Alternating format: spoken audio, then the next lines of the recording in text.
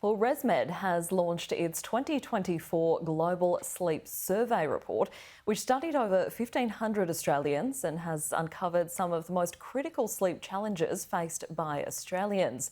Joining me now to break it all down is ResMed Ambassador and Australia's leading sleep expert, Olivia Arrezolo. Olivia, thanks so much for joining me this afternoon. Tell us, how exactly did Australia fare in this global survey? So it was so interesting. We actually found that over two-thirds, 73% of Aussies were not getting the recommended 8 hours of sleep. In addition, over half had been unable to sleep soundly through the night regularly.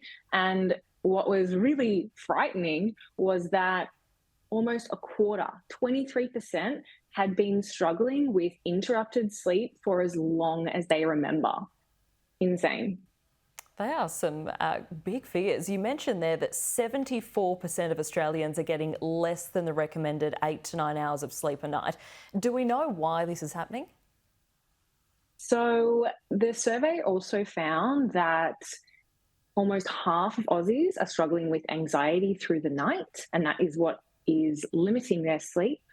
And in addition, 1 in 5 was struggling with sleep apnea.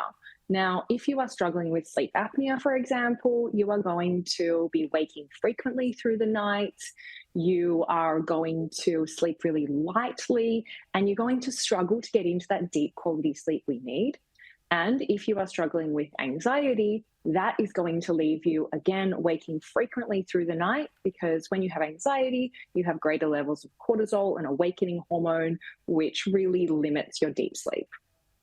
As you mentioned, the survey found that 1 in 5 Australians are suffering from sleep apnea.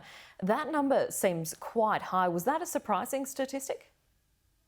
Yeah, it really is, because it's not something that is really discussed in widespread conversation. But if 1 in 5 people are struggling, it means that it is really an epidemic that is taking hold of Australia. And could that number potentially be higher if there are people out there that possibly may not even realise that they have it? And what signs should people be looking out for sleep apnea? It's highly likely that so many Aussies are struggling without even realising. So the ResMed survey also found that 66% of Aussies have not consulted a medical professional for their sleep problems. And most likely they're just putting up with it, because the common signs are not necessarily ones that we would connect to sleep apnea. Excessive daytime fatigue, waking frequently through the night, feeling brain fog and confusion. These are signs of sleep apnea and really indicate a key problem. However, there's so many people struggling with these symptoms just on a regular basis. They're probably just putting up with it and thinking it's normal, but it's definitely not.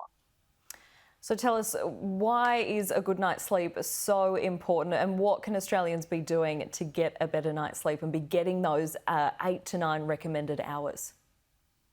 Okay, so why is sleep so important? So, what happens in the brain is that we detoxify from a neurotoxin called beta amyloid. Beta amyloid, if it builds up in the brain, contributes to that sense of brain fog and confusion. In terms of our physical health, sleep is so important because during deep sleep, we produce human growth hormone, which is the key catalyst for cellular repair and muscle recovery. Emotionally, it helps us regulate cortisol, this awakening hormone that can otherwise be increased if we don't sleep enough. So that is why we really need to be making sure that we are getting the quality sleep we need. And in terms of how we should do that, if it's the case of sleep apnea, then ResMed has a free online sleep assessment that you can take and understand, are my symptoms normal, or is this a sign of sleep apnea or something else happening in my sleep? And another really great tool is your GP and local health professional. They should be on top of it, and you should definitely be taking action if you are feeling that your sleep is not what it should be. Another interesting stat from this survey was that over half of Australian respondents indicated that they use a digital device before bed. I'm sure many people are guilty of this, myself included, whether that's watching TV, scrolling social media. Just exactly what impact does this have on our sleep? Okay, so typically when we are exposed to blue light, which is the light spectrum emitted from, TVs, laptops, even Kindles, phones, ceiling lights, all lighting, this suppresses our key sleepiness hormone, melatonin. We need melatonin to fall asleep and stay asleep and sleep deeply. The brain is biologically wired to understand when there is light, artificial light or regular light, we suppress this key sleepiness hormone. And when there is not light, there is darkness, we produce it. Now, what happens is with our devices, if we're not careful, we can essentially be on them really late in the evening, 2 hours before bed, for example. And in this window of time, this is when we need to have absence of light in order to produce melatonin and fall asleep easy.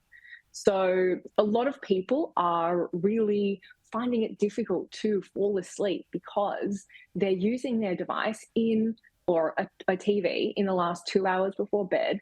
Therefore, they're suppressing melatonin. Therefore, they're not producing the hormone they need to fall and stay asleep with ease. All right, some great takeaways there. And note, put the phone away before bed. Olivia, thank you so much for your time this afternoon.